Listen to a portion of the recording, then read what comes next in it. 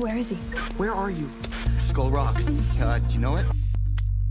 Hello, this is Stacy over at the Skull Rock broadcast. I am joined by... Hello, this is Megan.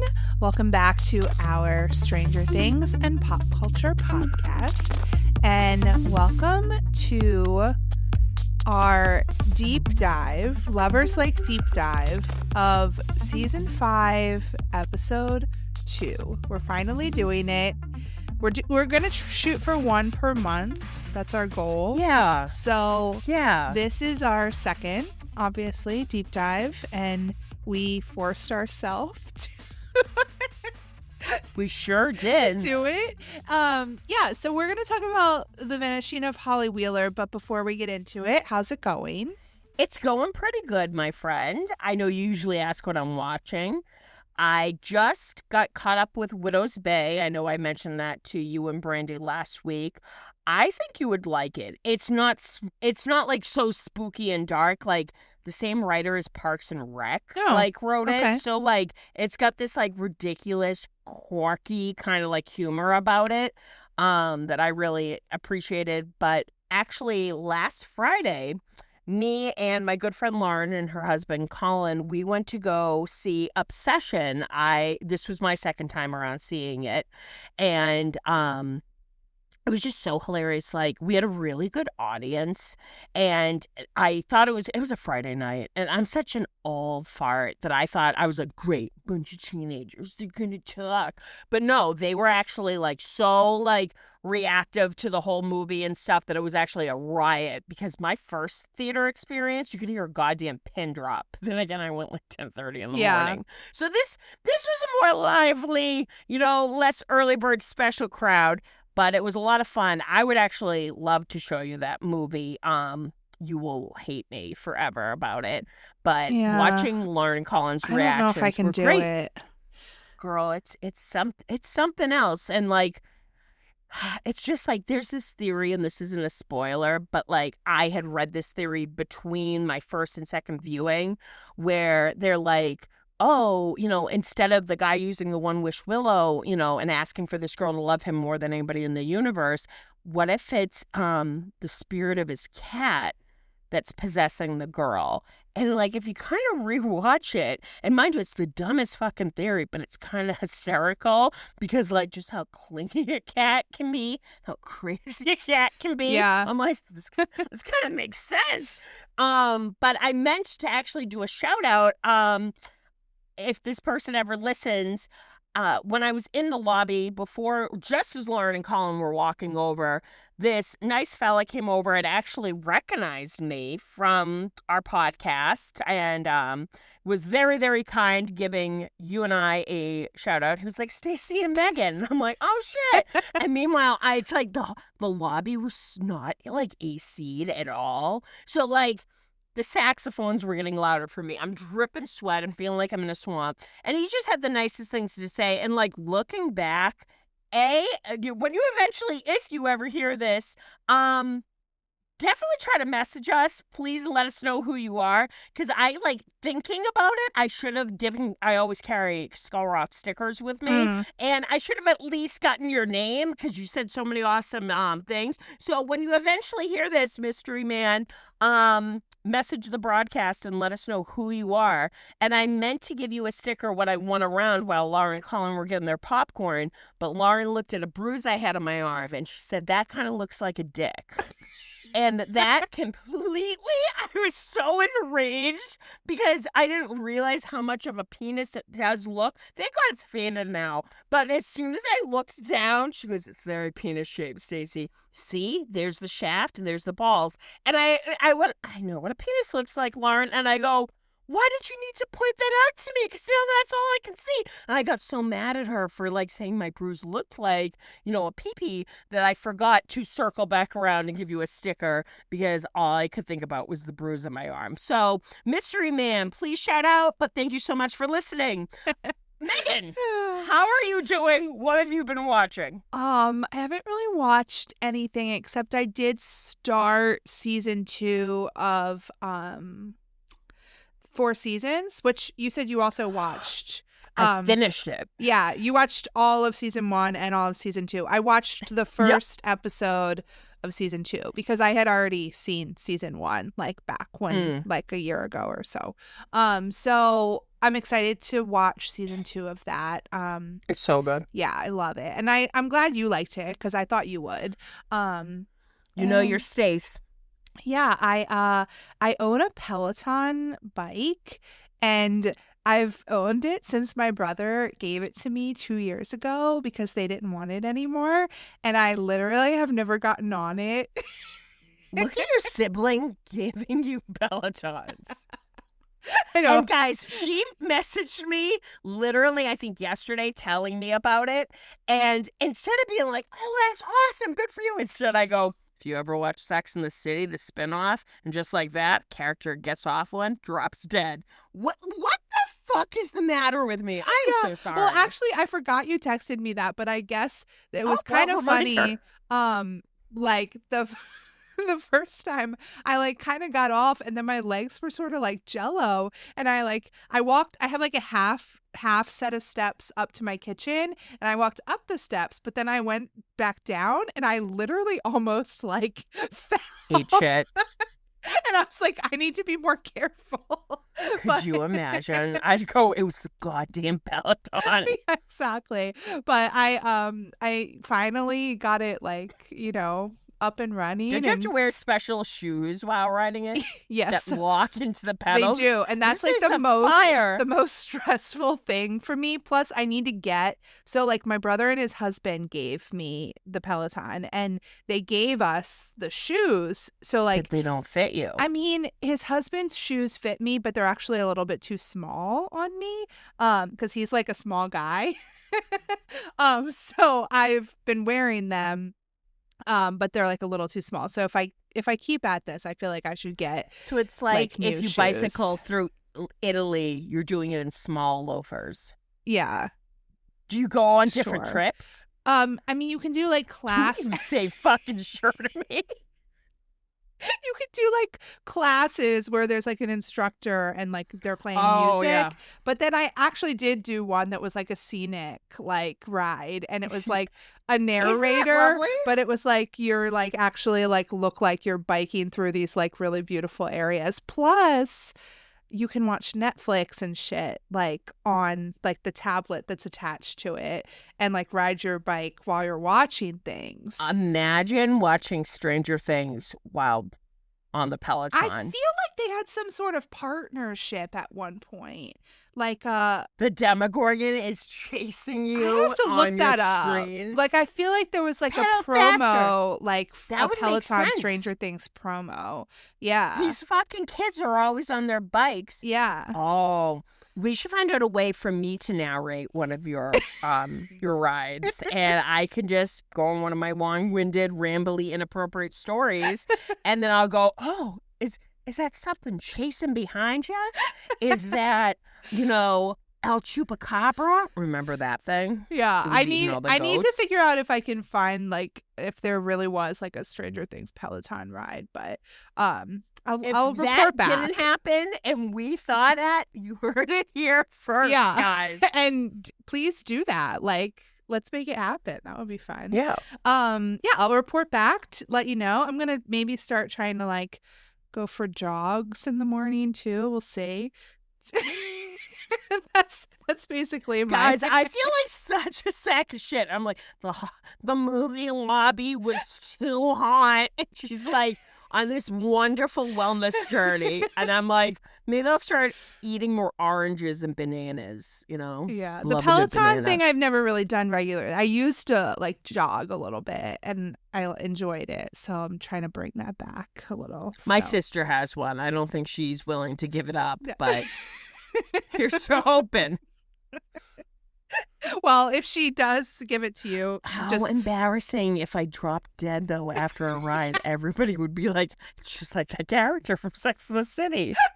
Like, oh, man. I'll All keep right. everybody posted on my Peloton journey, I guess.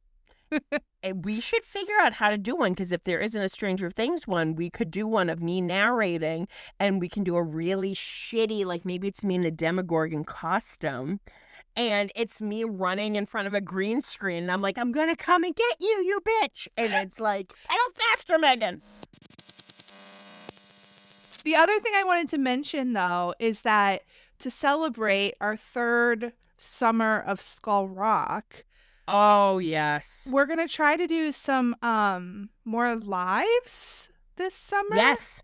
Yes. So stay tuned, like check social media for like times and stuff. But we're going to go live on Instagram, but also on TikTok. Tickety talk. Hopefully starting this week. So see how that goes. And I think that'd be a riot. And like the fact that it's going to be our 3rd summer of Skull Rock. I know, Guys, crazy. I'll report back eventually why the days are blending together. Sure, it's all making sense. But on the 3rd summer of Skull Rock, we're just going to try to do more lives, and us moving on to TikTok Live, I think, is a whole new animal.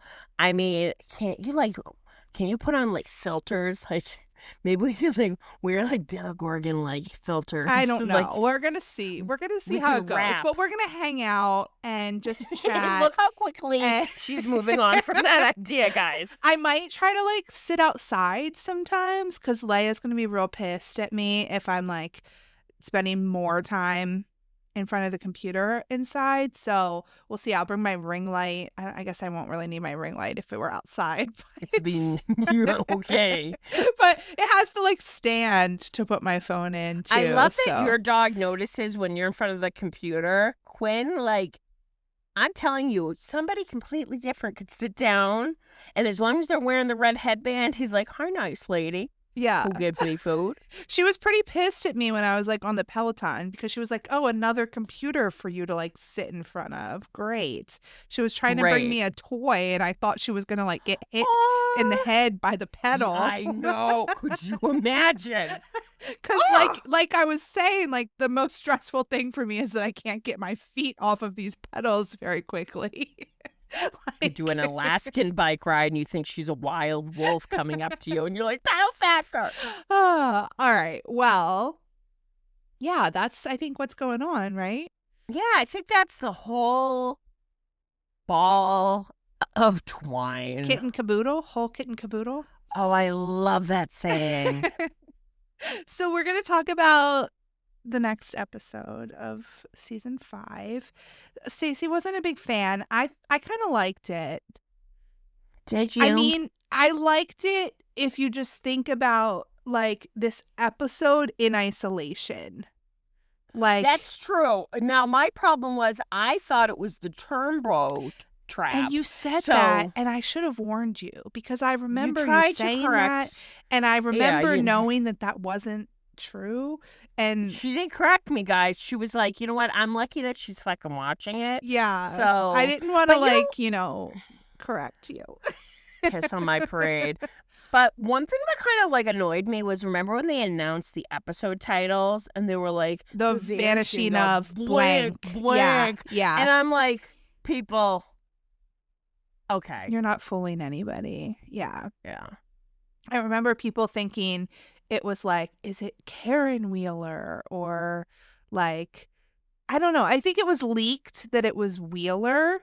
I think they tried to do like the vanishing of blank, like we didn't know at all, but like it was Yeah. definitely like a leak that it was like something Wheeler. So people were like, I mean, it's got to be Holly. I feel like I knew, I've been saying for years that like Holly was going to be a bigger thing. So Yeah.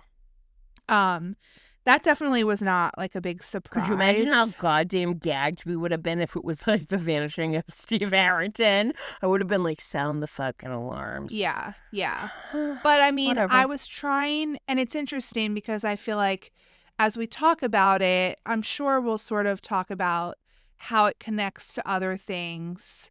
But as just an episode in isolation on its own, there's a lot of like redeeming qualities, but like There are.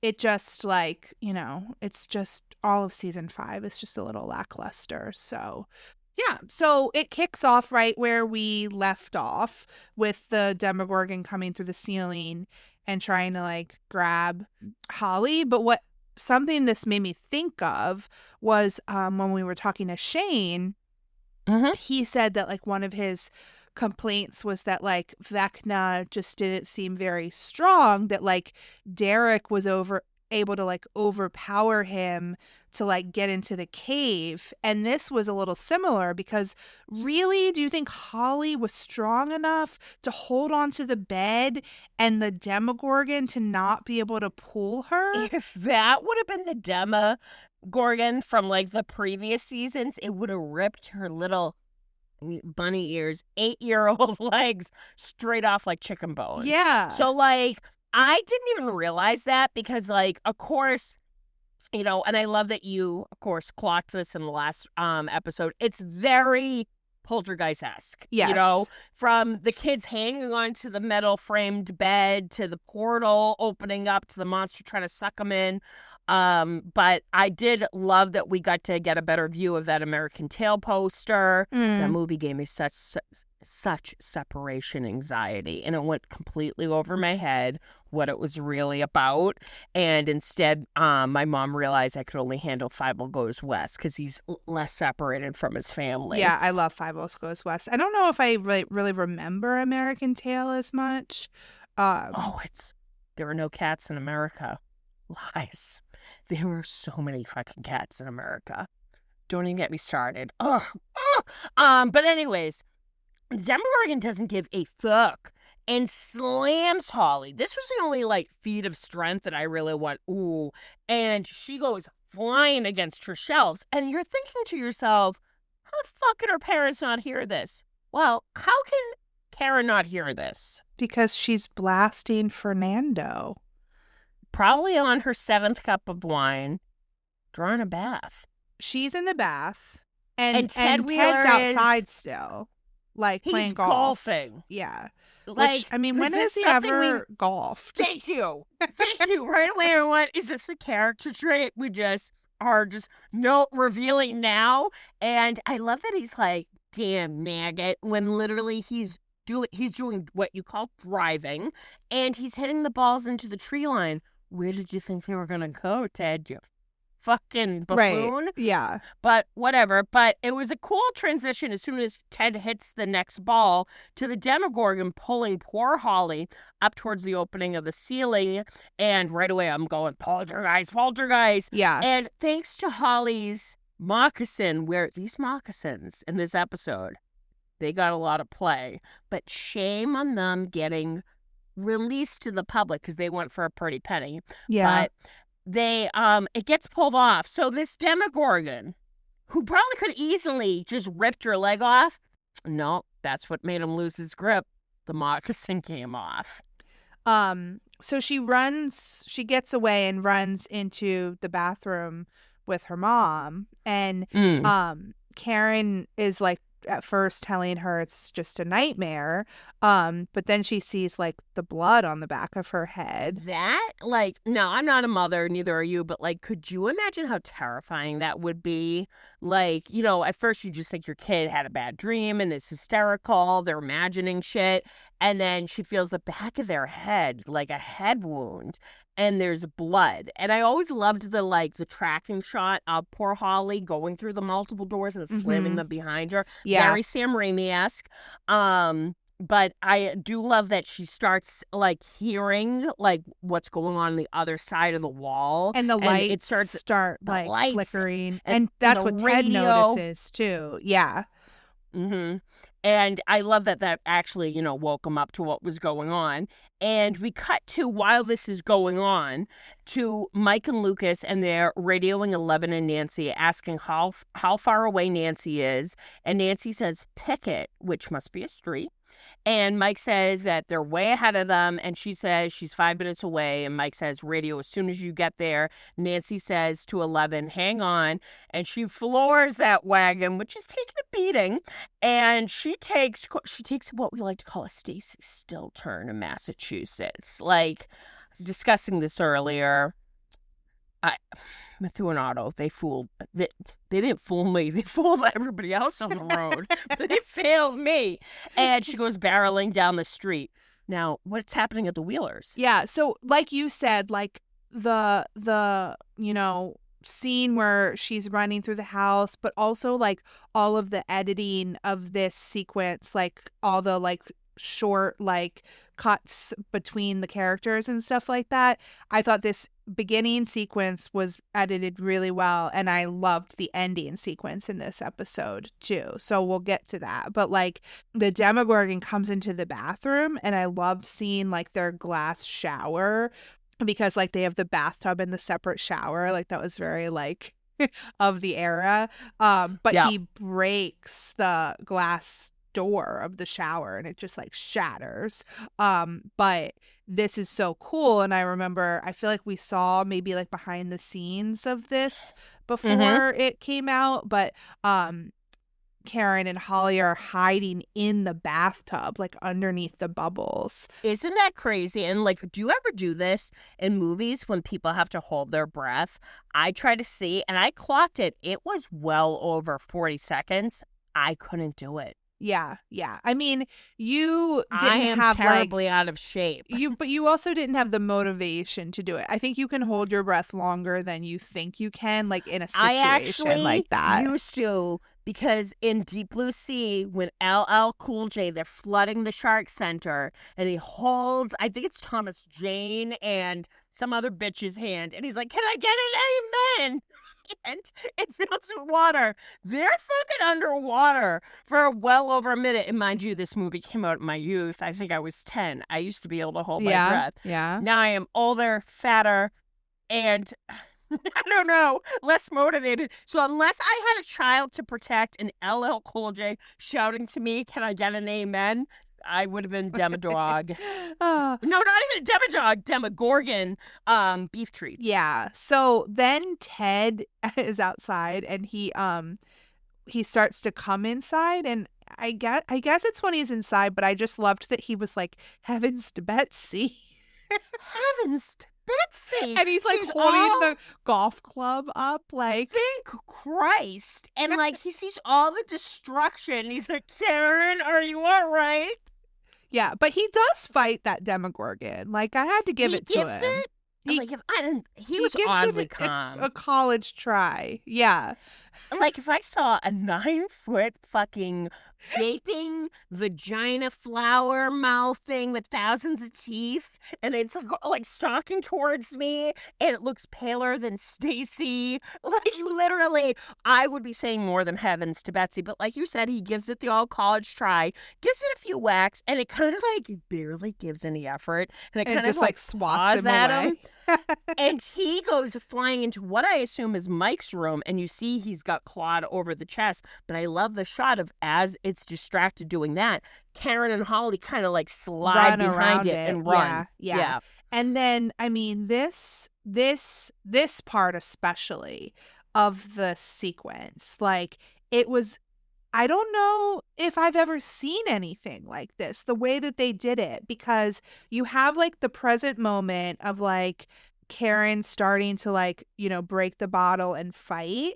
But Yeah. then you have Nancy and Elle arriving, and you see some of it happen in like flashbacks.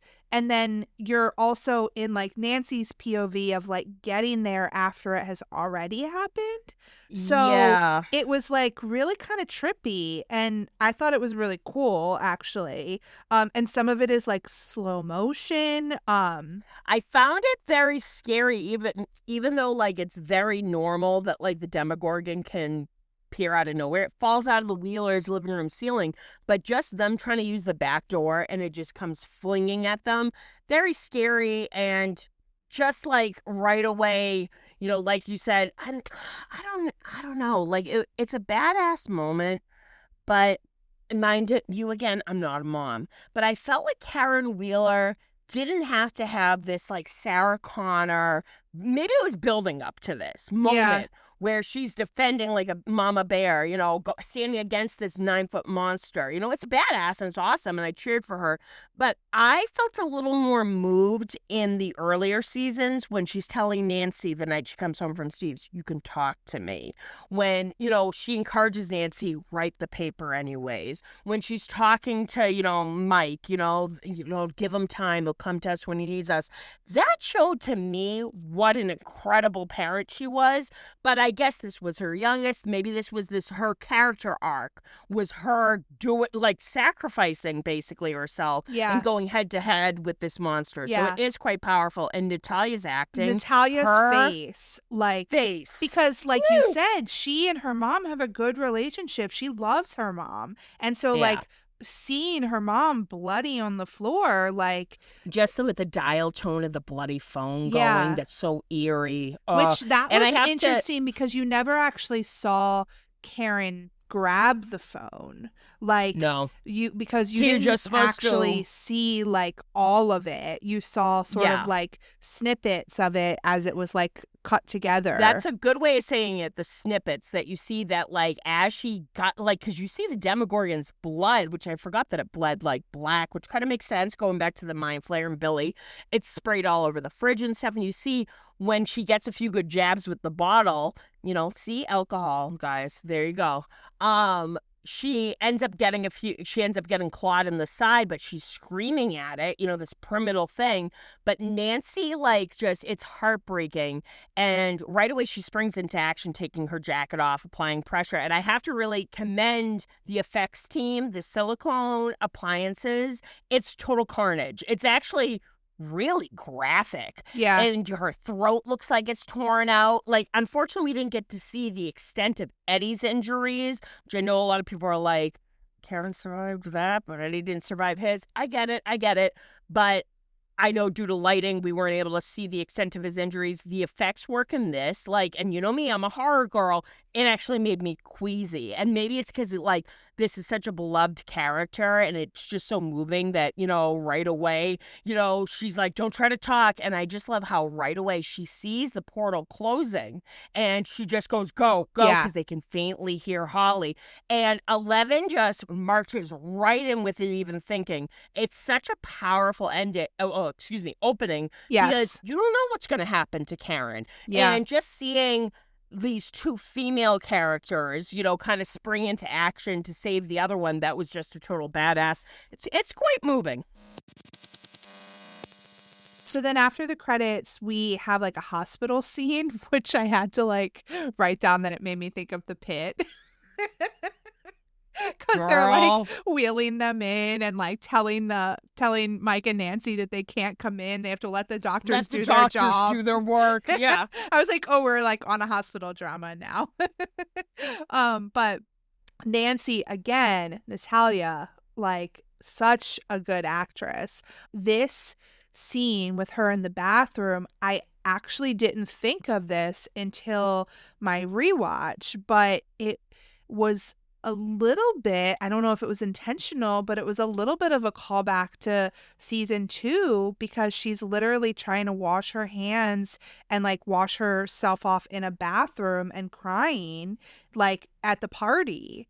I mean, she's definitely like Nance, that's not coming off. It's coming. And like there's a little bit of comedy to that scene, but it was again like but this also, emotion and like looking in a mirror. She actually has another bathroom scene in season 2. Mind you, the frame photo of Barb always kills me, but she needs a second to collect herself. And it's just a poignant moment where she's looking at her reflection, like maybe how guilty she feels. So very good connecting with that she's kind of showing a vulnerable state of her. Yes, it was a little comical, but heartbreaking with that teenage romance, you know, ending. But with this, I think like, first of all, what a shitty-ass hospital. She spends basically the remainder of this episode in those bloody clothes, which I'm like, guys, you could have given her, like, some scrubs or something. I know it was the 80s, but come on. Yeah. The bitch is soaked. But it was just like, yeah, I did roll my eyes, and I hate to say this, nothing against it. I'm going to set my own personal thoughts aside that both of them did survive. Yeah, I was very surprised that they both survived. And, I mean, that was definitely a a choice of just like choice. the tone that they wanted this season to have and the lack of deaths overall. But like, yeah. it was sort of, you know, you weren't really sure what was going to happen because. And that's the thing. It's their fate is hanging in the balance. You know, that's so scary for Mike and Nancy and stuff. They're acting so well because Nancy, like, after, you know, she tries to like wash up, Lucas is waiting with them and he has to witness this kind of like awkward family scene unfold. But you kind of get where she's saying because she's pacing back and forth. And yet again, she's riddled with guilt. She's like, we should have done something. We should have gotten them out of Hawkins. We should have told them something, even if it was a month ago. You know, this is all our fault. And Mike tries, and like, I know a lot of people have criticized Mike being the level-headed one, the calm one. Believe it or not, like, I've been Mike in those kind of situations. Mind you, no monsters have attacked the family, but literally when somebody's kind of spiraling out and you're in a hospital setting and you're like, we just got to let the doctors do our work. You know, literally, what could we have done? And she's like, Vecna showed me this. You know, she showed me Holly, mom, dad, dead, all of Hawkins. And she's kind of like right away, you know, Mike kind of proves a good point. He's like, why would the monster go after Holly? And I feel like there's too many questions, or why is this happening? It's spoken several times by characters throughout this episode, almost acting like the audience, going, yeah, why this? But if you're super fans like us and you're like Megan, you kind of know something was going on with Holly from the start, from when she was a toddler, you know? Mhm. And I do like that. Right away, you know, how the fuck would they have known that this was going on? But I like that Lucas is the one that says that, you know, like right away they kind of say like maybe Vecna's punishing them for what they did. And right away Lucas is like, he kind of brings up the point that he doesn't believe in coincidences. He doesn't believe that Vecna would leave things unfinished, you know, like, because right away they start asking, why would they send his foot soldier, the Demogorgon, instead of him? And he then brings up a good point, asking Mike and Nancy, you know, like, what's the date? It's November 3rd. It's almost 3 days away from the date when Will was taken, when everything was changed. So I kind of like that right away. He's like, you know, kind of proves a good point that, you know, Holly isn't alone. 11 is there. And if anybody is going to get her back, it's going to be her. Yeah. My only issue, which I really liked, Mike and Nancy playing off of each other, and I thought it was cool how they had Lucas sort of bring up these like timeline sort of points. It was a little meta, like you were saying, like just kind of explaining for the audience. But I also just don't know that if it was ever really fully sort of Guess what? explained. Like, guess what, people? We have a lot of over-explaining, and this is me not going on a tirade. I have put in my notes multiple times the reason why they're like, there's too many unanswered questions. Why this? Why Holly? Yeah, that you're acting like the audience, but also that date, that doesn't have jack shit to do with anything. It doesn't. They never really There's wrapped no it payoff. up. Right, No. exactly. Like Vecna is obsessed with like clocks and time and all of that, but like we never really find out why. Like, yeah, like, I'm sorry, I'm gonna steal 12 children. We're all like, he's building a fucking clock. yeah, We're gonna notice this a lot with our deep dives, guys, when we're really trying to hold back and, you know, be an even keel between the negative and the good. But what was the most frustrating thing was they were almost dumbing it down, having characters over-explain scenes that were just about to happen, that if as audience members we were just going to shut up and watch, we would be able to get it. And instead of maybe spending all this time and unnecessary dialogue, you know, asking why this, why that, why start up things that had been building for 4 seasons with no payoff? This date, this November 6th date, has absolutely fucking jack shit to do with anything going forward. Right. And I hate to say it, it's just an occurrence, much like how season 2, like the only thing that kind of made sense was when Hopper goes, I've seen it in Nam before with Will acting weird. You know, it's almost like a delay. It's an anniversary syndrome where, you know, you're coming close to a bad date. People start acting weird. Besides that, you would have thought there would have something to do with time or clocks or this date. There isn't. Right. So I felt it a little unnecessary that November 6th was brought up. so the military is like surrounding the Wheeler house, taking photos of the crime scene. Sullivan asks to see the surveillance video because he has a suspicion that Elle was with Nancy. But then we cut to Elle walking through the Upside Down, and she ends up Cool transition. finding Hopper, which, I mean, Which, that was a lucky coincidence. How did he happen to just be right there? thank you. And I literally put on my notes, like, when she, like, uses her power to accidentally fling him into the tree. And he's like, what are you doing? How are you here? And yes, it was comical, the whole thing. Like, it's bleeding. What's bleeding? The Demogorgon. Karen hurt it with her wine. That got a good laugh out of me when I first saw it.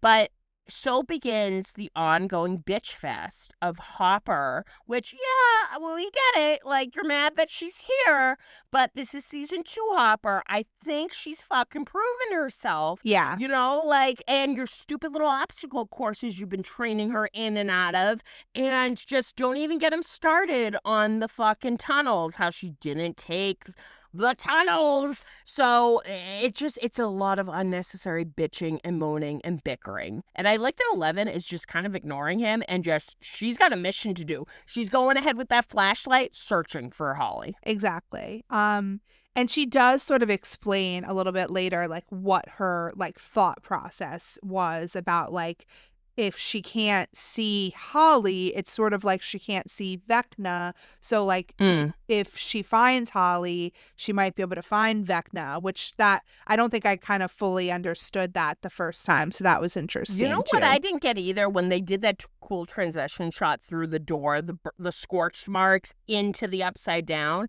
you see her first in the void for a minute. And you're like, oh, is she using her power? You know?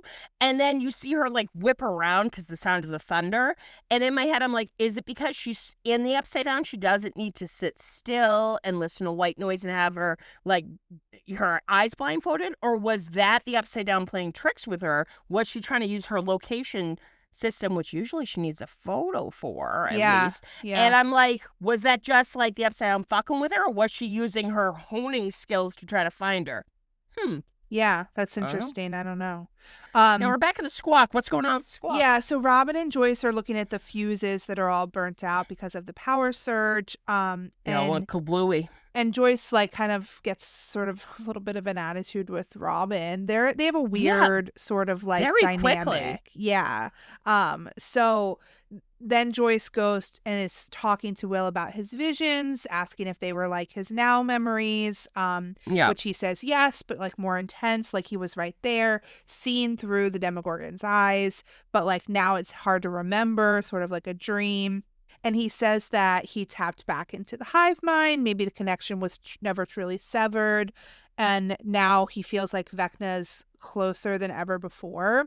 And there's just something weird about this because it was, like, very emotional and, like, the music is going. And then Robin comes in and she, like, immediately, like, makes a joke and lightens the mood and said maybe he's, like, a receiver, but, like, it's Will. He's, like, crying, and then all of a sudden he's fine, and he has this, like, light bulb that maybe Robin's right, and it just, like, the scene didn't really work for me. It just didn't work acting continuity. Like, and I was actually on Will's side because in my head, I'm like, maybe you should have, because he even said it when I was in Loch Nora, like, Loch Nora, not Loch Nora. When I was in California, I'm thinking of Steve, guys, sorry.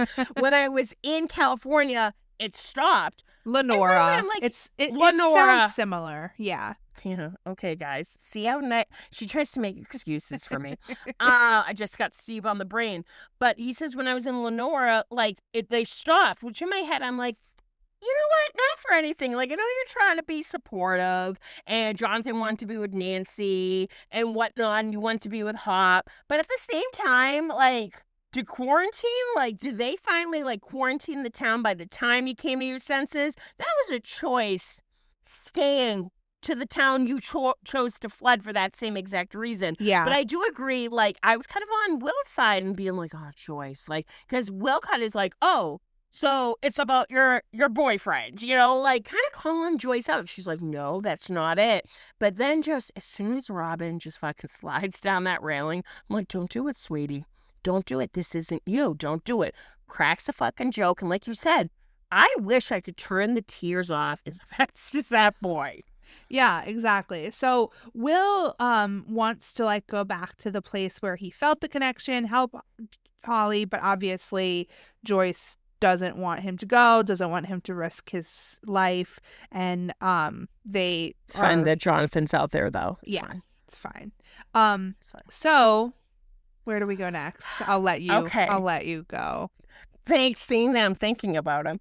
We cut to the sexiest shot ever of Mr. Steve Harrington using jumper cables. What a man.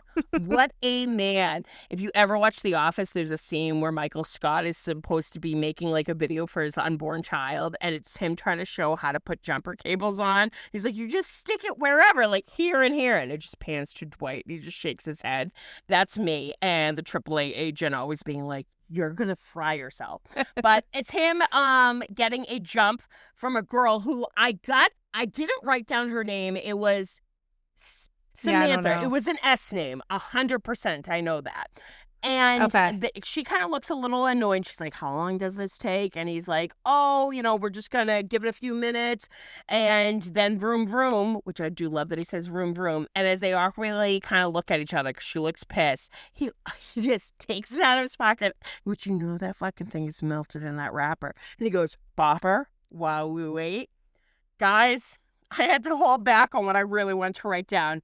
But he climbs back inside the van, and that's when he says, like, I'm just going to say the name Samantha. He goes, I think Samantha might have, like, clocked me or placed me. And Jonathan's like, what? And he goes, oh, I stood up her sister. I was a no-show, like, multiple occasions. Jonathan's like, that's just great. And they kind of, like, are sitting awkwardly waiting, for the battery to charge.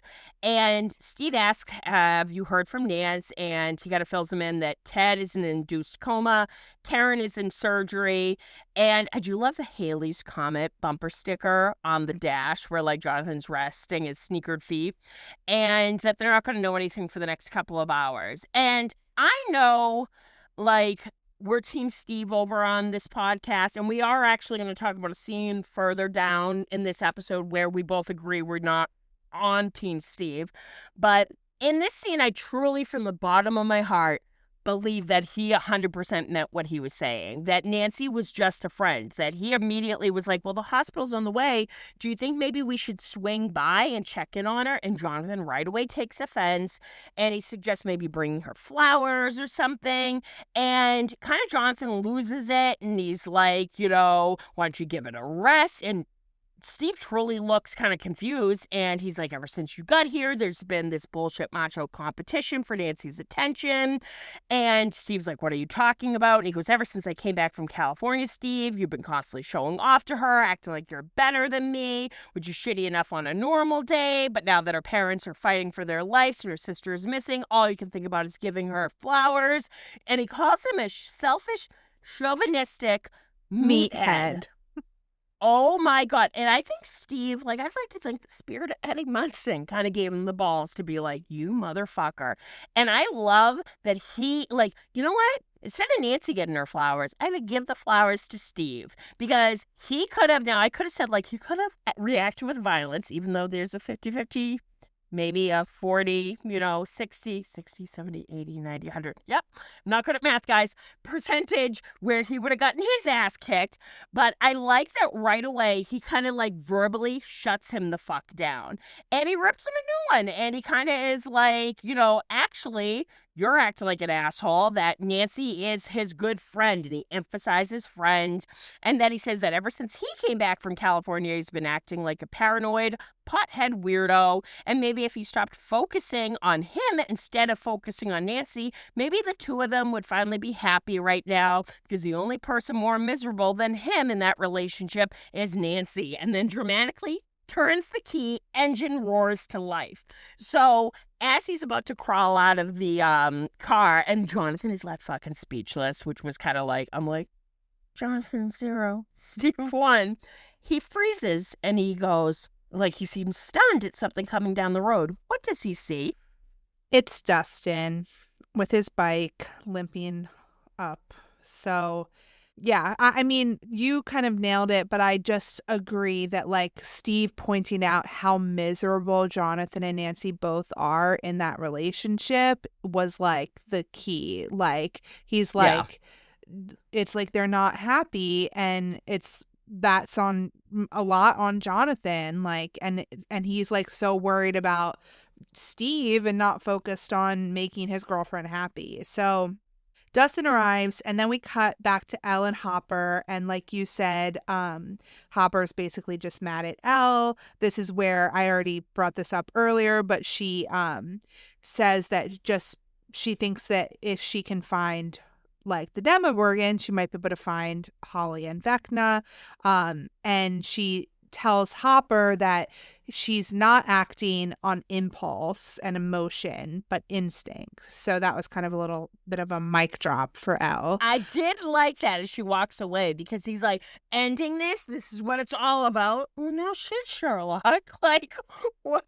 No, I like doing the obstacle courses for nothing. Like, yeah.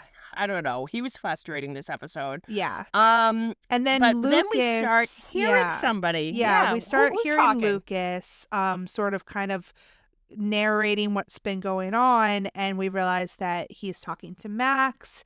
He, again, I feel think like this is one of the best acted scenes, because he wasn't like, you know how everybody was a little off this season? Nothing against the actors. This was the material they were working with. Yeah. Lucas really seemed just desperate, right? Right. And also, like, they kept giving Lucas these, like, moments in this episode that were sort of, like, expository, kind of like explaining like what was going on, and this again, but he did amazing with them. Like Caleb did awesome with all of those scenes, but like this one, he's like, I really think this is like we're coming up to the final battle, like, which again felt like a little meta to me, but like he's like, Max, we're not gonna be able to win this final battle without you, like we really need you here. And like it was a little bit of a contrast, because I feel like the last time we saw him with Max, he was sort of like resistant to talking to her. Like it was like when he was sitting there with Will and everything. Maybe now that he was alone or something. Yeah. But it was definitely very emotional. And we cut like pretty abruptly away from that scene to like Mike getting the coffee in the coffee machine, which was like, it was a good transition for sure. But have you ever gotten coffee from one of those? Yeah.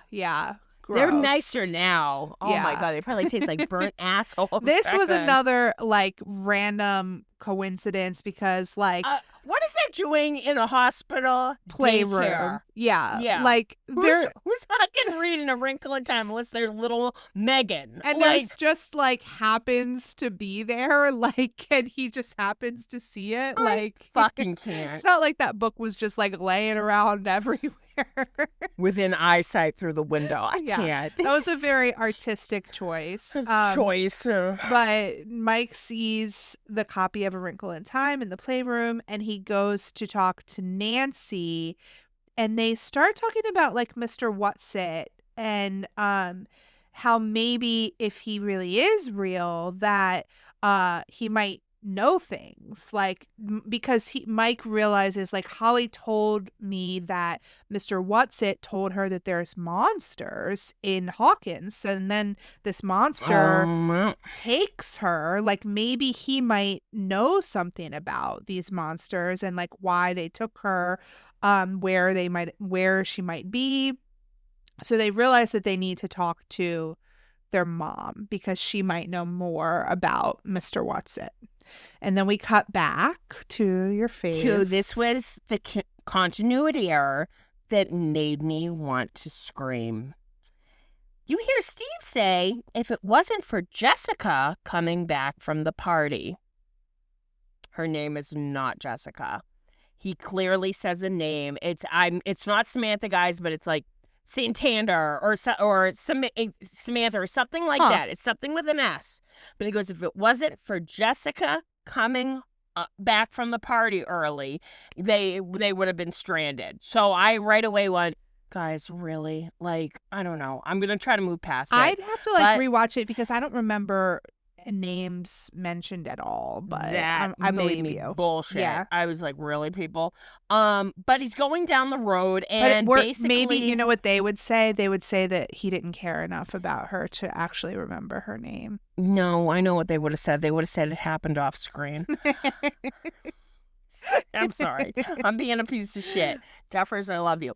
But basically what happens is in this scene, he's kind of like really getting like harping on Dustin for, of all crawls to miss, this one was so important, and now they're in the dark, the squawk's down, Holly's missing, the Wheelers are hurt, you know, Hop's in there in the dark, you know, they're just totally screwed because he flaked on them.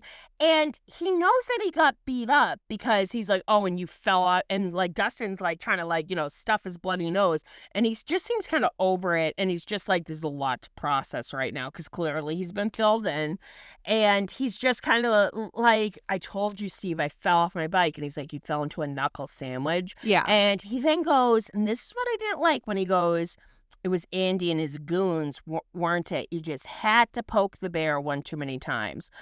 Literally, I went, if this was the Steve Harrington that had been written up until season 4, up until season 5, you know, when this season began, he would have said it was Andy and his goons, right? We're taking a detour. And we would have gotten to see him probably get his ass kicked again, but he would have demanded, almost as the big brother, overprotective, you know, babysitter, you know, kind of like father figure to Dustin, and he would have been more concerned about him being hurt. Instead, it's almost like he's like, you got what you deserved. And yeah, Dustin was poking the bear, 100%, but we see in the next episode how his friends like Mike, Will, and Lucas react. And it was so hard to hear because both of them are going back and forth and kind of like, you know, Jonathan's trying to find a signal and they're being snippy with each other and they're just going back and forth. And right away, Dustin was like, I was on my way to the, you know, the radio station. And it's very uncomfortable and heartbreaking to see this because you kind of like Steve fills us in that, you know, he has shown concern, but Dustin keeps pushing him away. So we kind of get a glimpse on what's been going on between these two in the last 18 months. And that, you know, Eddie's death clearly deeply affected Dustin and that he's been pushing Steve away, which has been hurting Steve and not letting him in. And they're at a bad place. And Jonathan makes them shut up for a minute, but then they kind of start back up again. And then he kind of gets another signal again and Dustin checks it. And he's like, it's definitely not Hop. And he sits back down and right away, like, I know there's this famous, like, meme of Steve now looking really impatient with his, like, fingers against his temple. And he's like, actually, I have to agree. Because right away, Dustin's like, see, you two are getting along. And he goes, well, I actually have to agree with him. I don't want to talk to you right now. And he's like, I don't want to talk to you either.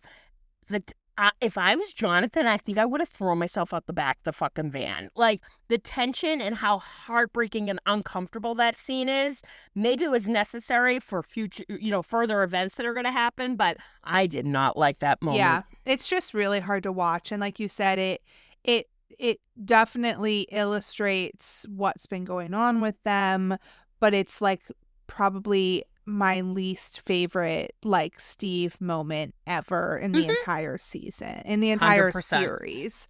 Oh yeah. So and like you said, it seems out of character. Like it sucks that he's come to this kind of like in his relationship with Dustin. But we cut back to Robin and Joyce and Will, and Robin has like an idea and she ends up lying to Joyce about the flux capacitor, which I love that I literally, guys, she has seen Back to the Future. I still don't understand what kind of reference to McFly that you were trying to make. Remember the bully whenever he goes, hello, McFly, to Michael J. Fox's dad, Christopher Plummer. I'm Her telling you, response I see movies and I just don't have like the photographic memory for these movies that Megan Stacey shot has. me down. I was like, people have been asking, you haven't seen Back to the Future? And she was so dumb with me. She went, no, Stacey, I have. I'm not like you, though. And I'm like, Sometimes I forget that I've even seen movies, like when I watched Blue Valentine recently, and I was like, "Oh, I've seen this movie. yeah. Kill me now." Yeah. So, then we cut brief. Oh, and basically, Robin like steals Will away to like do his plan, Which because was kind of smart. Like, Yeah. I get it. Like, that's kind of like, I know both of them knew Joyce were going to be pissed, but you ask for forgiveness, not permission. So they sneak out saying that they have to, it's a 2-man job, the flux capacitor. yeah, Guys, I was so fucking pumped. I was like, guys, that's what they sneak into season 3 to watch. I was like, Megan, movie night. We can have trash popcorn. We can do a viewing of I mean, it. we can watch it. I like definitely, I guess, need a refresher. You need a refresher. So maybe we'll do it over at Summer Skull Rock. Yeah, but we cut briefly to Dr. K, and they're showing How her. clear were those fucking photos? I know. I was like, "Is this 2025?" Like it's 1987. they had First of all, some they were interesting surveillance technology back then. Huh? like you can see her face clear as day. I can't. I'm getting And- really worked up. And she's basically like dismissing them, and then they're like, "She's here," and then basically they mean the upside down, but it's very dramatic. We cut back to Hopper and Elle. Good throwback with the Max reference, because you see Hop is like wounded, probably maybe from the tree or the car accident. And, I like that they're walking on the train tracks. That was cool. Yeah, And she stops to like patch him up, and he says, "Where did you learn this?" And what does she say? oh yeah, from Max. I think it was like first clean, then disinfect, then I don't know, bandage. You did good. That was good. I didn't write it down. So I just thought that it was funny that they were calling each other stubborn punk ass. I don't know why I True. liked that. But she You liked patches that. him up. She says she learned it from Max. And then Hopper talks a little bit about his dad, which was interesting That when you've seen was the interesting. play, because his dad is in the play actually, and he's like, I think the police chief also, like, for the town. So like, I don't know. See, I wanted to know that because I thought I found another continuity error, because in season 4 he tells Enzo, when he's talking about how he was cursed, and he's like, I signed up and joined, when I got, instead of being drafted, I signed up as a fuck you to my dad. But in this scene, he's saying my dad dragged me down to the recruitment office. Maybe I'm reading too much into this. Yeah, I don't know. I don't know. I don't remember that. But also in the play, he enlists at the very end of the play. Did his dad drag him down to the recruitment office in the play? You don't see that, but it might have happened off screen. Fucking, we're moving on. We're moving on. I can't remember if his dad was the police chief. I might be making that up, but might not. Anyway, he was like, I thought I was smarter than the officers, but he was actually really reckless, and that lots of brave men died. Then he brings up Sarah and how she was really brave. And basically all this to sort of say that he doesn't want to lose Elle. Which, I mean, he thinks of her as like a daughter. It's sweet. That makes total sense, but they start hearing what sounds like a roaring, and I thought it was in the opposite. I thought it was the direction where they were coming from, but maybe I lost my sense of direction. I would have gotten so fucking lost down there. Yeah. And he kind of goes, I need to go first. And he takes his rifle, and they start walking on down the trail. And 1987. Smoking Back in, when the smoking in back the when- hospital. back when the doctor is smoking in the hospital. That was normal. What's going on there? So Nancy and Mike ask the doctor to speak to their mother. He is not. He's basically telling them that she can't, that her throat is really damaged, that she needs to rest, and she he says like, all right, sweetheart, to Nancy. So I love the part after that where Nancy's like, did you smell his breath? I don't trust doctors who smoke and call me sweetheart. Or if you're from Boston, sweetheart. But she sees the candy stripers and like has an idea and is like basically like, we're going to ignore what he said. But then you brought this up earlier, actually.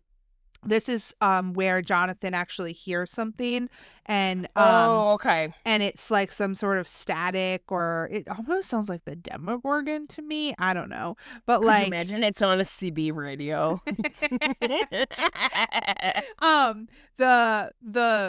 But Joyce is like, or Jonathan tells Joyce that it's nothing. It was a false alarm. And then she asks Jonathan, does this have anything to do with the flux capacitor? The look on their fucking faces. That was maybe the funniest part of the episode. Priceless. And I love the transition shot, too, to that scene with the elevator door closing and it turns into the night sky and it pans down. One thing that did bother me was the amount of times Steve turned around, like, completely basically in the driver's seat. And as he's driving. Jesus. Yeah, like you can imagine they run over the Demogorgon. It's carrying its CV radio. It's like, ow. Okay, that was a stupid joke. That's okay, I love it. Anywho. So we cut to Will and Robin. And this looks like a familiar spot because they're riding their bikes. It's kind of a creepy, eerie shot in kind of the fog with their, their flashlights on their bikes, their headlamps. What do you call that? Headlamps? I guess headlights on the bike. Headlights. Yes, Stacey, like a car, like what you drive all the time. Jesus. But they were auto guys. But they stopped, and kind of like his whole like theory about being in proximity of the Demogorgon, this kind of makes sense. And they're going back to where he had his, as I like to call it last episode, his attention-seeking little fainting episode. And they go to the clearing, the iconic clearing where we see that picnic table. R.I.P. Chrissy and Eddie. And right away she's like, and this is where we get the fucking first usage of a character shortening Demogorgon. Oh, is it? We're not. We're not doing it. We're not doing it. No We're not demos. doing it. No demos.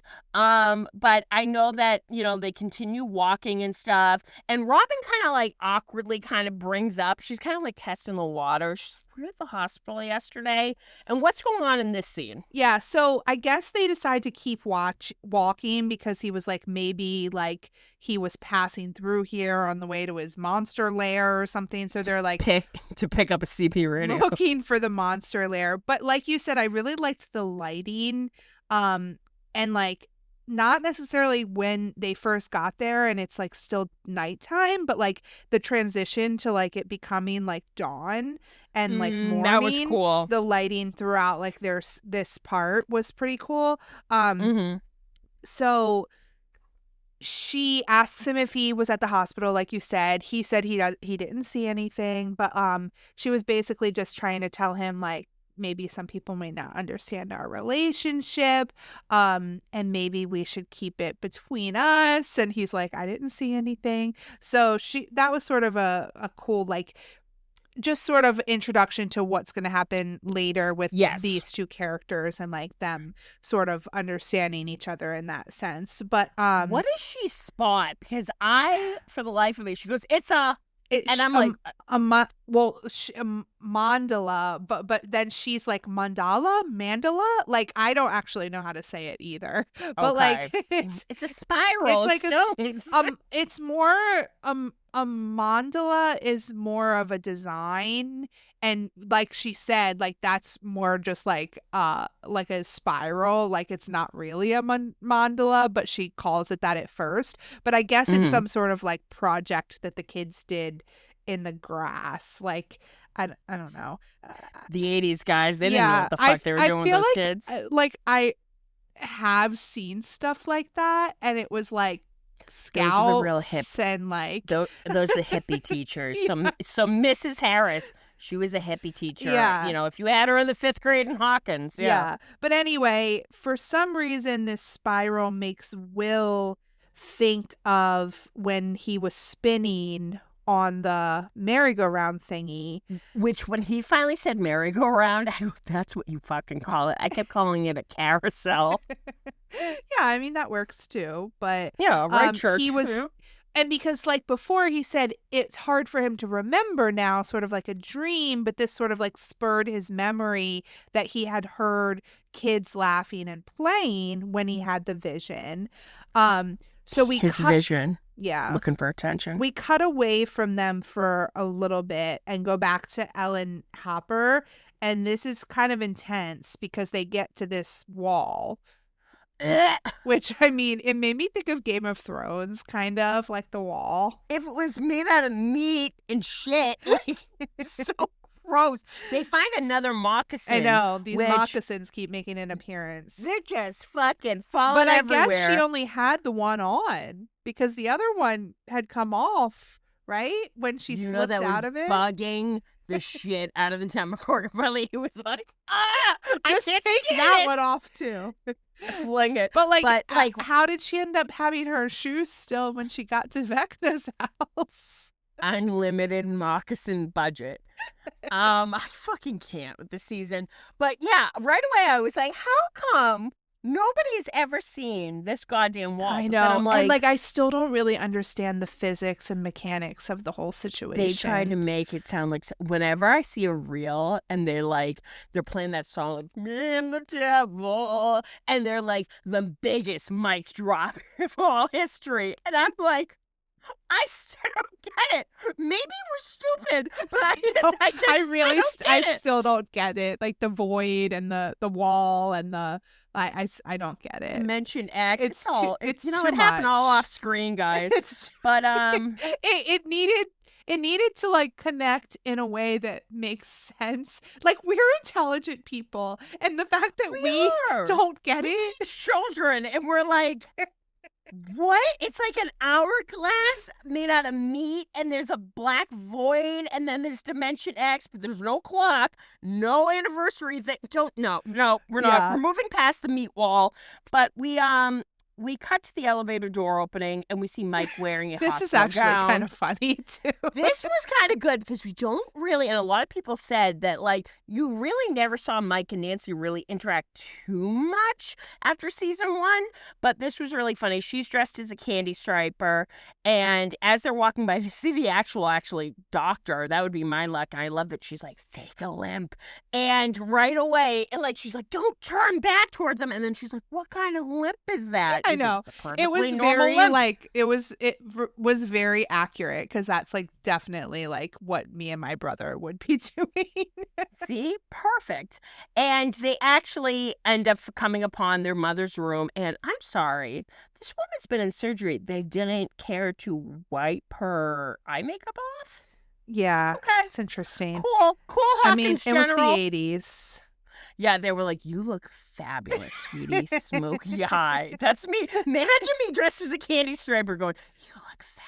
But this And then I walk away. This part was this final couple scenes that are edited very together.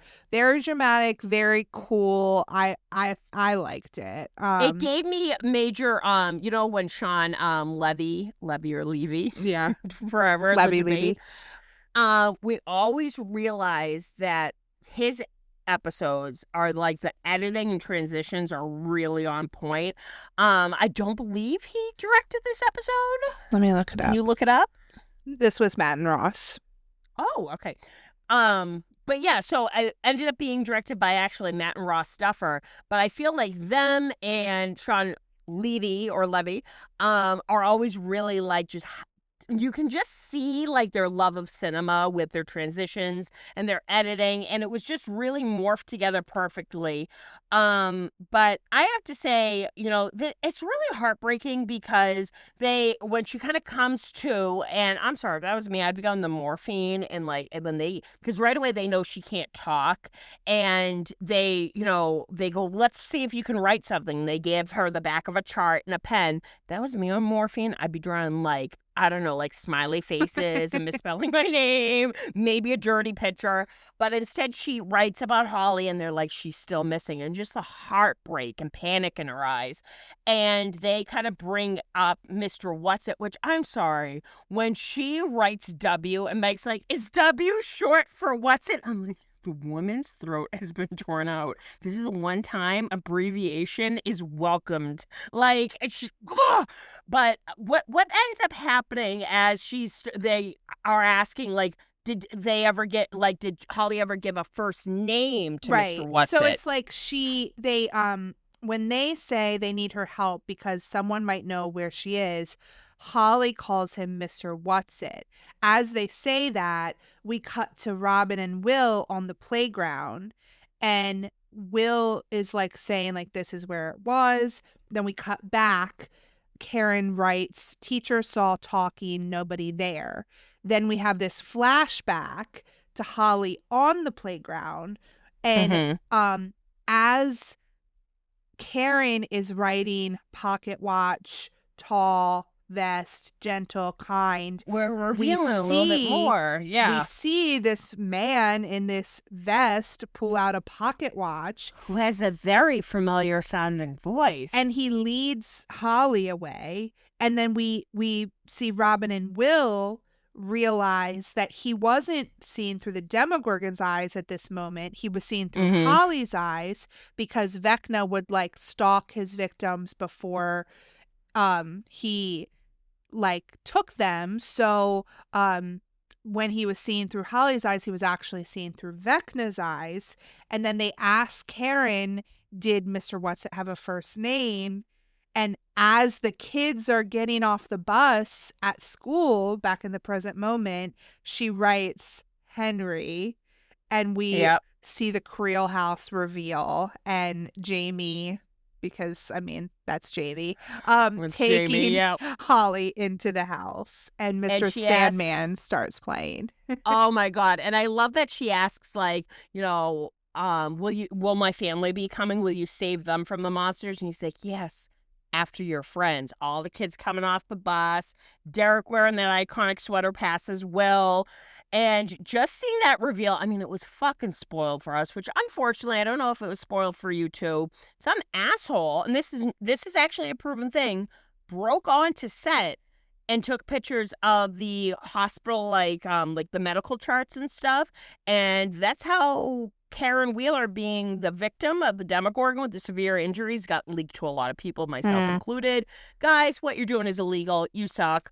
But I still think the acting was amazing and off the charts. And just like as soon as like she wrote that first big old capital H, they should have known. But the reveal, yes, some of us already had seen it coming. As soon as you hear the voice, you should fucking know. But seeing the pan back of the Creel house, it's very horror movie-esque. But Mr. Sandman is best known probably being used in Halloween 2. That's how, like, not only being a classic from, I think, the 50s or 60s, it's kind of like this creepy thing. But it was the perfect ending. And with all that editing and dramatic build-up music, I do have to give this episode its flowers. I'm being very cool with the transitions, the acting, as well as the editing. Yeah. Like I said, I think it was a good episode in isolation. We had a couple gripes about a couple things, but like overall, I appreciated it a lot on our rewatch. So 100%. All right. This is like a little long, and we just want to wrap it up for now. So we'll have to get back to you next week with some merch and maybe some our secret segment. So we'll be back with that. But for now, we had a really fun time talking about this episode. It's always a lot more fun than I expect it to be. So yeah. I think we did okay. And hopefully you enjoyed listening to our thoughts. Definitely let us know what you thought of this episode. You can find us on social media at Skullrock Broadcast. I'm at Steady Stories, and Stacy is at Stay Still Reviews. Also, we have a Patreon. You have ad-free first access to all new episodes over there, plus bonus content, and you can just help support the show. So check us out there. And yeah, anything else? No, I think that's great. I guess we'll see you later. Over and out. Over and out.